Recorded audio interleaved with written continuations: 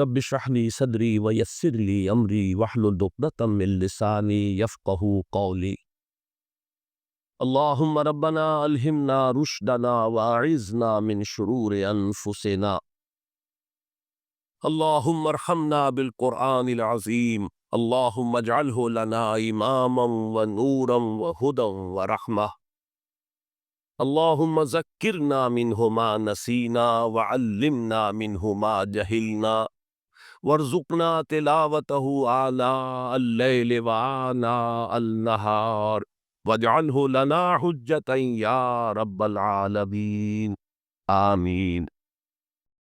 موت سے پہلے آدمی غم سے نجات پائے کیوں؟ ظاہر بات ہے جب تک زندگی ہے تو غم ہے، تو موت سے پہلے نجات نہیں مل سکتی۔ اگرچہ اس کے بعد کا اگلا مرحلہ جو ہے، جو حقیقت کو جاننے والے ہیں وہ تو جانتے ہیں کہ اس کے بعد تو غم کا اور بڑا کڑا مرحلہ آنے والا ہے۔ اب تو گھبرا کے یہ کہتے ہیں کہ مر جائیں گے، مر کے بھی چین نہ پایا تو کدھر جائے؟ اگر اللہ ہمیں معاف فرمائے، اپنی رحمت اور مغفرت سے ہمیں ڈھانپ لے، جیسے کہ حضور نے فرمایا اللہ یتغمدنی ربی برحمت، حضور نے فرمایا کہ کوئی انسان بھی محض اپنے اعمال کی بنیاد پر جنت میں نہیں داخل ہو سکے گا جب تک کہ رحمت خداوندی دستگیری نہ کرے۔ کسی صحابی نے بڑی ہمت کی، بڑے جرأت کا معاملہ کیا، پوچھ لیا کیا حضور آپ بھی؟ ظاہر بات ہے آپ بھی انسان ہے، آپ بھی بشر ہے،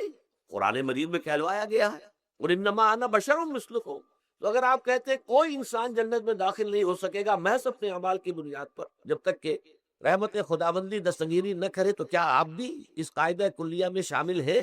آپ نے فرمایا ہاں میں بھی، اللہ یتغمدنی ربی برحمتہ، جب تک کہ میرا رب مجھے اپنی رحمت سے ڈھانپ نہیں لے گا میں بھی جنت میں داخل نہیں۔ تو اس اعتبار سے اللہ تعالیٰ وہاں ہمیں بچا لے، لیکن جو وہاں نہیں بچایا گیا، اب ظاہر بات ہے کہ اس کے لیے جو مصیبت ہے وہ تو پھر دائمی ہے، ابدی ہے، دکھ ہی دکھ۔ میں اس کی طرف زیادہ جانا نہیں چاہتا اس وقت۔ اصل میں میرا موضوع جو ہے وہ اس دنیا میں دکھوں کا علاج۔ اب اس اعتبار سے غور کیجئے، دکھ دو قسم، قرآن مجید پر جتنا میں نے غور کیا، دکھ ایک تو وہ ہے کہ جو ناگہانی طور پر آ جاتے، اس میں ہماری کسی غلطی کو دخل نہیں ہوئے، وہ کوئی آفت سماوی ہے، کوئی زلزلہ آ گیا ہے۔ ابھی آپ کو معلوم ہے بھوج جو قصبہ تھا گجرات اسٹیٹ کا، انڈیا کا پورا ختم ہو گیا، اس میں بہت سے مسلمان۔ جب کوئی آفت سماوی آتی ہے تو وہ ظاہر بات ہے کہ پھر سب کے سب لوگ اس کی لپیٹ میں آ جاتے ہیں۔ زلزلہ آ گیا ہے، کوئی اور طوفان آ جائے، جیسا کہ کئی مرتبہ آپ نے اخبارات میں پڑھا ہوگا، اس سال امریکہ میں بہت طوفان آئے ہیں، مشرقی ساحل پر بار بار طوفان آئے، وہاں بھی لوگ مرتے ہیں، وہاں بھی چھتیں اڑ جاتی ہیں، وہاں بھی تباہی جو ہے آتی ہے۔ اس حوالے سے ایک تو ہے وہ ناگہانی آفات، آفت ارضی ہو یا آفت سماوی ہو، زلزلہ ہے یا آفت ارضی ہے، طوفان آ گیا ہے، کوئی سائیکلون آ گیا یا آفت سماوی ہے، یا کوئی آسمان سے بڑا سا پتھر آ جائے۔ آپ کبھی کبھی اخبارات میں پڑھتے ہوں گے کہ ایک بڑی چٹان پاس سے گزر گئی،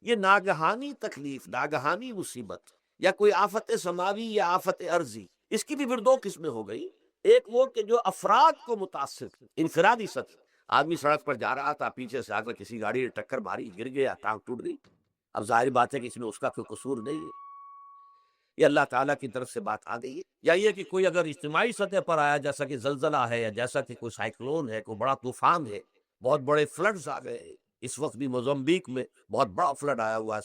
ساؤتھ افریقہ میں، اور افریقہ میں پچھلے سال بھی بہت بڑا فلڈ آیا تھا، بڑی تباہی آئی آ رہا۔ تو یہ آفت سماوی، یہ ظاہر بات ہے کہ اجتماعی سطح پر آتی ہے، بڑی بڑی مقدار میں اور تعداد میں لوگ متاثر، لاکھوں لوگ بے گھر ہو جاتے ہیں، ہزاروں آدمی مارے جاتے ہیں۔ پہلی شکل جو ہے دکھ کی، جیسا کہ میں نے عرض کیا، وہ ناگہانی دکھ، کوئی آفت ارضی، کوئی آفت سماوی، خواہ وہ انفرادی ہو خواہ اجتماعی۔ اس کے ضمن میں کیا علاج ہے؟ ظاہر بات ہے کہ اس کا علاج یہ تو نہیں ہو سکتا کہ آپ اس کو ختم کریں۔ انگریزی کا ایک محاورہ ہے، what cannot be cured must be endured۔ جو چیز جو ہے جس کا علاج نہیں ہو سکتا وہ تو برداشت کرنی پڑے گی۔ بعض بیماریاں بھی ایسی ہیں، ڈائبٹیز ہو گئی ہے، شوگر کا مرض ہو گیا، ڈاکٹر آپ کو بتائے گا نہیں بھائی اب یہ مرض جائے گا نہیں، اب آپ کو اس مرض کے ساتھ ہی اپنے آپ کو ایڈجسٹ کر کے اپنی غذا وغیرہ اس کے مطابق طے کر لیجیے، ورنہ یہ کہ یہ نہ سمجھیے کہ یہ مرض چلا جائے گا۔ تو what cannot be cured must be endured۔ لہذا ان آفت سماوی و عرضی، چاہے وہ انفرادی سطح پر متاثر کرتی ہوں انسانوں کو اور چاہے اجتماعی سطح پر، اس کا تو علاج ایک ہی ہے۔ عربی میں بھی ایک محاورہ یہ ہے کہ کسی نے پوچھا تھا کہ بچھو کے کاٹے کا کیا علاج ہے؟ البکاء الی الصباح، رات کو اگر کاٹا ہے کسی بچھو نے تو روزے رہو صبح تک، یہ علاج ہے اس کا، اور کوئی علاج ہے ہی نہیں۔ تو جو چیز لا علاج ہے اسے برداشت کر، گویا کہ یہاں جو اصل شے ہوگی کہ دنیاوی آفات، عرضی و سماوی آفات، ناگہانی آفات، ناگہانی مصیبتیں، ان کے ضمن میں ہمیں ایسی شے کی ضرورت ہے جو ہمارے اندر برداشت پیدا، اس کو جھیلنا آسان بنا، ہم اس کی وجہ سے بجھ کر نہ رہ جائیں، ہماری ہمتیں جواب نہ دے جائیں، ہمارا ارادہ ختم نہ ہو جائے، ہمارا حوصلہ پست نہ ہو جائے، بلکہ برداشت ہو، جھیلنا ہو، تحمل۔ ابھی بٹر صاحب کہہ رہے تھے اللہ تعالیٰ ذرا سا متحمل ہے، میں نے کہا یہ بہت غلط بات کہہ رہے ہیں، اللہ بہت متحمل، وہ ذرا سا یوں سمجھیے کہ ان کے کہنے کے انداز میں یہ بات آ گئی، ذرا سا رحیم بھی ہے، نہیں نہیں، وہ بہت رحیم ہے، بہت متحمل ہے، بہت حلیم۔ لیکن یہ کہ ہمیں یہ جو آفات سماویہ اور ارضیہ ہیں جو ہمارے اوپر آ جاتی ہیں اللہ کی طرف سے، ان کے ضمن میں ذہنی ایک ایٹیچیوڈ پیدا ہو جائے، سوچ کا ایک خاص رخ بن جائے، انسان کے احساسات ایک خاص طرز پر ڈھل جائیں، تو پھر ان کو برداشت کرنا آسان ہے۔ اور وہ کیا ہے؟ وہ ہمارے ایمان کا لازمی، ایمان ہمیں یہ بتاتا ہے کہ کوئی مصیبت اس زمین میں آتی ہے نہ تمہاری جانوں پر آتی ہے بغیر اذن رب، جو کچھ آ رہا ہے اللہ تعالیٰ کے فیصلے سے آیا ہے، یہ کوئی اندھا بہرا مادہ نہیں ہے، یہ کوئی اندھا بھینسا نہیں ہے کہ اس نے آ کے آپ کو ٹکر مار دی ہے، نہیں نہیں، یہ تو سمیع و بصیر، علیم و خبیر اللہ اور حکیم اور قدیر اللہ کا فیصلہ، لہذا یہ من جانب اللہ ہے، اس کو تم سمجھو کہ یہ اللہ تعالیٰ کی طرف سے ہے۔ اور جب اللہ کی طرف سے ہے تو سورہ آل عمران میں فرمایا بیدہ الخیر، اس کے ہاتھ میں تو خیر ہی خیر ہے، یعنی بظاہر تمہیں محسوس ہوتا بھی ہو کہ یہ میرے لیے تکلیف دہ بات آ گئی، تو اس کو یوں سمجھو کہ اس کا نتیجہ جو میرے حق میں نکلے گا وہ خیر ہوگا۔ فوری طور پر تو تکلیف ہے، مجھے اچھی نہیں لگ رہی، ناگوار ہے، لیکن نتیجہ اس کا خیر نکلے گا۔ جیسے بچہ بیمار ہے، ماں اسے دوا پینے پر مجبور کر رہی، کڑوی دوا ہے، وہ تو سمجھتا ہے مجھ کو بڑا سلک ہو رہا ہے، یا آپ لے گئے اسے ڈاکٹر کے یہاں ٹیکا لگوایا ہے، وہ تو چیخ رہا ہے، رو رہا ہے، لیکن آپ کو معلوم ہے، کاش اسے بھی معلوم ہو جائے کہ یہ میرے خیر کے لیے، میرے بھلے کے لیے، اگر اسے یہ معلوم اور محسوس ہو جائے تو اس کی تکلیف اس کے اندر بہت کمی آ جائے گی، وہ سہار لے گا، اس کو وہ برداشت کرے گا۔ اس حوالے سے اس کا جو ہمارے دین میں اس کا نام ہے، اس ذہنی کیفیت کا، ان احساسات کا، اسے ہم کہتے ہیں تسلیم و رضا۔ جو کچھ آ رہا ہے اللہ کی طرف سے آ رہا ہے، لہذا سر تسلیم خم ہے، اے اللہ ہم قبول کر، رضا،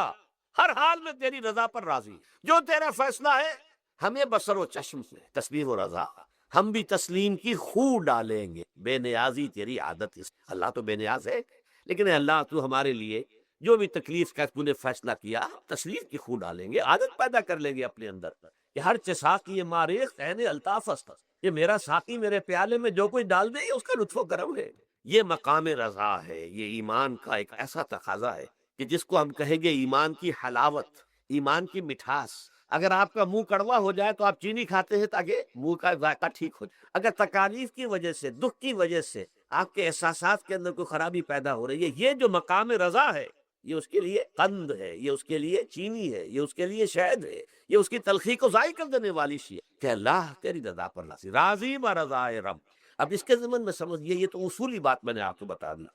اس کی تین کیفیات ہو سکتی ہے، کیوں اللہ کی طرف سے یہ چیزیں آتی ہیں۔ سب سے پہلی شے ہے، اب وہ جو آیات میں نے سنائی تھی وہ سن لیجئے پہلے ترجمہ۔ سورہ تغابن میں فرمایا ما صاب من مصیبت الا باذن اللہ، دیکھو کوئی مصیبت تم پر نہیں آ سکتی، نہیں آتی مگر اللہ کے اذن۔ ومن یؤمن باللہ، اور جو شخص اللہ پر ایمان رکھتا ہو، یہد قلبہ، اللہ اس کے دل کو ہدایت دے دے، اس کے دل کو سکون عطا کر، وہ راضی برضائے رب ہو، اس میں شکوہ نہیں رہتا، اس میں شکایت نہیں ہو، اس میں تلخی نہیں ہوتی، کیوں ہو گیا، کیسے ہو گیا، کیوں ہو گیا، نہیں ہونا چاہیے، نہیں، یہ سارا جو پیچ آدمی کھاتا رہتا ہے نا اندر ہی اندر، وہ جو پیچ کھا رہا ہے، یہ سب پیچ سے نجات نہیں۔ برو کشید سے پیچا کہ ہستمود مرا، کہ اگدہا کے مقام رضا کشود مرا، یہ پیچ کھانا جو ہے،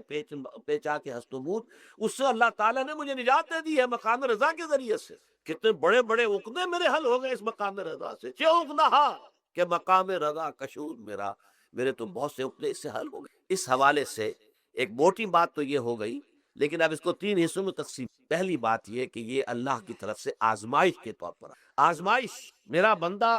اس پر صبر کرتا ہے یا نہیں، یا میرے خلاف بکواس کرنے پر آمادہ ہو، اللہ تو ایسا ہے، اللہ نے تو ہم پر کبھی کبھی کرم کیا ہی نہیں، اللہ تو ظالم ہے، معاذ اللہ معاذ اللہ معاذ اللہ، کہیں ایسا تو نہیں، میرا بندہ جو ہے تکلیف کو جھیلتا ہے میری وجہ سے، یہ سمجھ کے کہ اللہ کی طرف سے آئی۔ یہ صبر جو ہے یہ بہت بڑی کامیابی ہے اگر انسان کو، اور اس صبر کے نتیجے میں دو اور باتیں پیدا ہوتی، یہ مضامین علیحدہ علیحدہ دروس کے اندر آتے رہے ہیں لیکن آج ایک نئے عنوان کے تحت جمع ہو کر آ رہے ہیں۔ پہلی بات یہ ہوتی ہے کہ یہ امتحان کا نتیجہ کیا نکلتا ہے کہ آپ نے ایک امتحان پاس کیا تو آپ کے اگلے درجے میں ترقی ہو جائے، 5ویں کا امتحان پاس کر لیا نا، 6ٹھی میں جائیں گے، اب 6ٹھی کا امتحان پاس کریں گے تو 7ویں میں جائیں گے، 7ویں کا پاس کریں گے تو 8ویں، درجہ بدرجہ انسان کی دینی ایمانی اور روحانی ترقی کا ذریعہ یہ آزمائش میں، جتنا اس میں صبر ہوگا، جتنا اس میں تسلیم و رضا جو ہے آپ حاصل کرتے جائیں گے تو آپ کے درجے بلند ہوتے جائیں گے، آپ کا امتحان کڑے سے کھڑا آئے گا، بڑے سے بڑا آئے گا، مشکل سے مشکل تر آئے گا۔ ایک وقت میں ایم اے کا امتحان بھی آپ کو دینا ہوگا،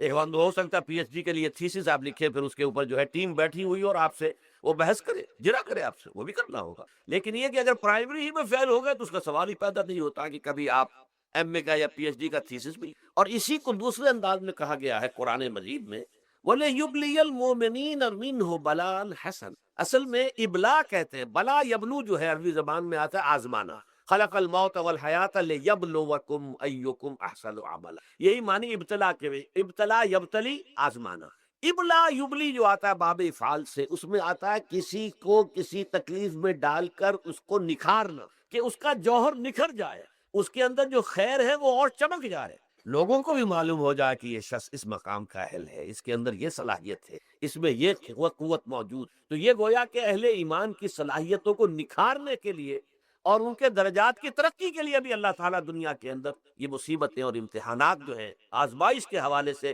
افراد پر بھی، اجتماعی طور پر بھی، اور ایک اس کا اور بھی ہے اہل ایمان پر اس طرح کے ابتلاء و آزمائش کی ایک نوعیت اور بھی ہے، اور وہ یہ ہے کہ جو بھی آپ سے غیر ارادی طور پر یا یہ کہ آپ نے کوئی گناہ ارادی طور پر بھی کر لیا، اللہ تعالیٰ اس کی سزا اسی دنیا میں دے کر آخرت کی سزا سے محفوظ کر دیتا ہے۔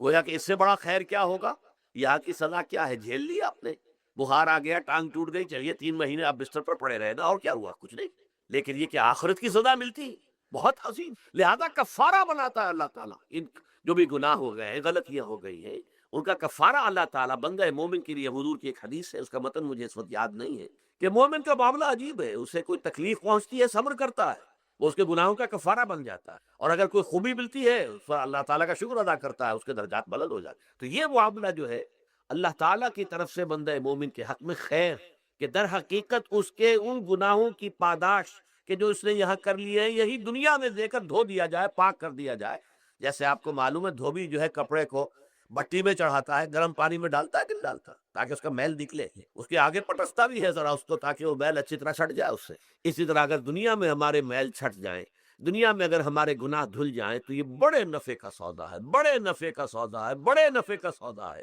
اس اعتبار سے آپ غور کیجئے کہ اگر یہ حقائق ہمارے سامنے رہے تو کیا کوئی تکلیف دنیا کی ہمیں بھاری محسوس ہوگی؟ ہمیں تو بتایا یہ گیا ہے کہ عسیٰ ان تکرہوا شیئا وہو خیر لکم،